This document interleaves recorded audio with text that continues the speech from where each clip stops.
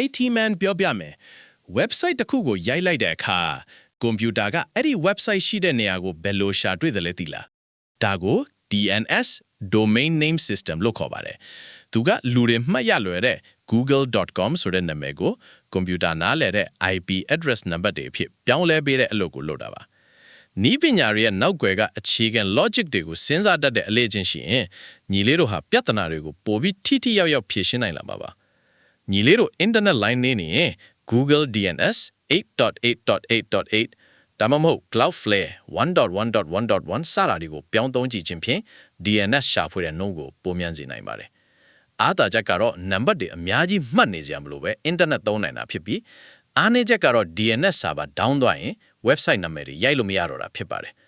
နေ့စဉ်9မိနစ်စာဒီလို ID အခြေခံတွေကိုလစ်လာရင်တစ်နှစ်အတွင်းမှာညီလေးတို့စီမှာတကယ် senior tech mindset ရလာမှာပါဥပမာတာမန်လူက line မတက်ရင် router ပဲပိတ်ဖွင့်လုပ်နေချိန်မှာ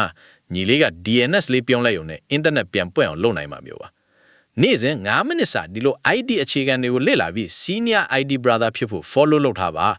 ရန်ကုန်မြို့အတွင်းမှာ ID services တွေလိုအပ်ရင်ကျွန်တော်တို့ ID man ကိုဆက်သွယ်လိုက်ပါနော်